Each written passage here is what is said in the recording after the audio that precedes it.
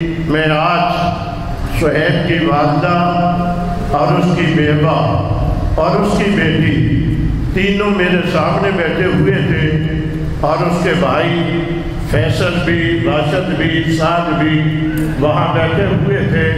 مولانا فاروقی صاحب مجھے لے کر کے گئے ایمانداری سے۔ ایسی حالت میں جب گفتگو کرنا ہوتی ہے تو بڑا ضبط کر کے بات کرنا پڑتی ہے، اس لیے کہ ذمہ دار قسم کا آدمی اگر بے صبری کا مظاہرہ کر دے تو وہ تو بیچارے پہلے ہی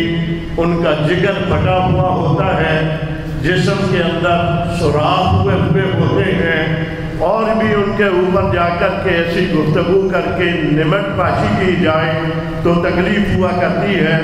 میں نے بڑے صبر کے ساتھ باتیں کی، مگر مجال ہے،